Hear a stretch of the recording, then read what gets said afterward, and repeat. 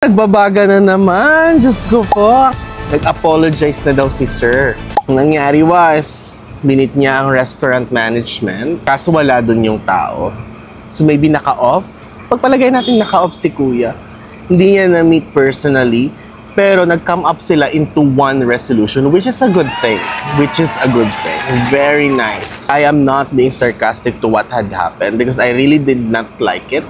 But what I like the most now is that there were peace of mind because there were reconciliations. So yan naman talaga eh. Admit mo lang sa sarili mo. Accept mo sa sarili mo yung pagkakamali mo. Then, internalize things. How to approach them.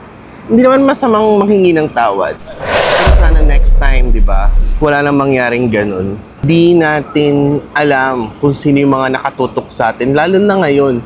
We are in a new field of generation. We are in the next level of media setting.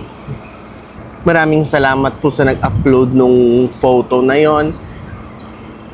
At sa inyong mga sumubaybay, maraming salamat. Sana itutukan nyo pa po ang aking next vlog. Meron po tayong YouTube account. Meron po tayo sa Reels, sa TikTok. Meron po tayo sa Threads. Huwag nyo po akong kakalimutan. Maraming salamat po.